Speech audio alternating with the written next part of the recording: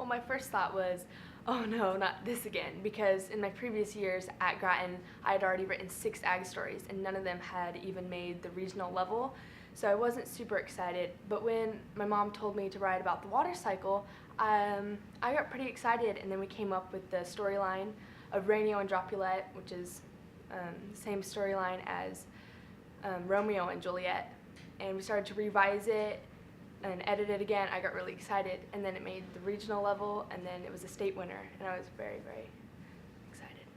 Well, I already knew a lot about the water cycle. I was familiar with flood irrigation and sprinkler irrigation, but I did have to do some research on micro irrigation. I learned that there are a lot of rivers in California, including the Merced River, which is mentioned in my story.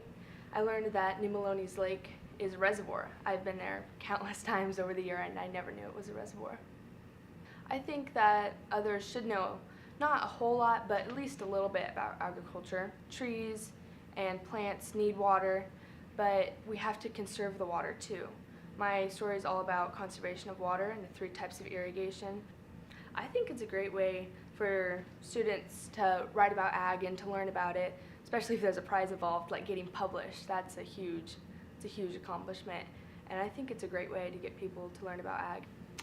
Well, at our school, the Ag in the Classroom, imagine this, is a big school-wide kind of competition that we do, where all the grades participate in 3 through 8.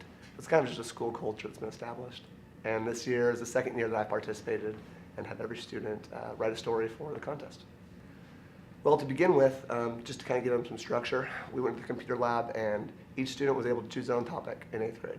And they found 3 facts related to their topic.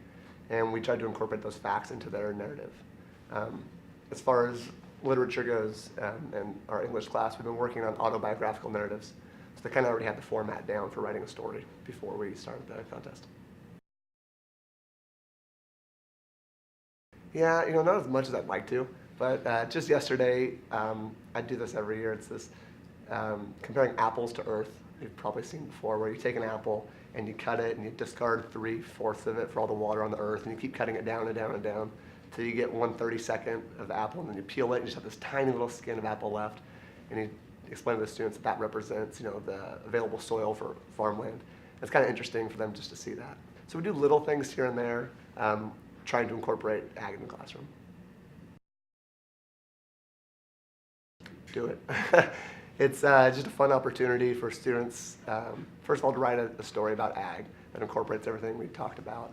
And it's really neat when you actually have students that win at the regional level, and then of course the state level. It's really neat achievement too.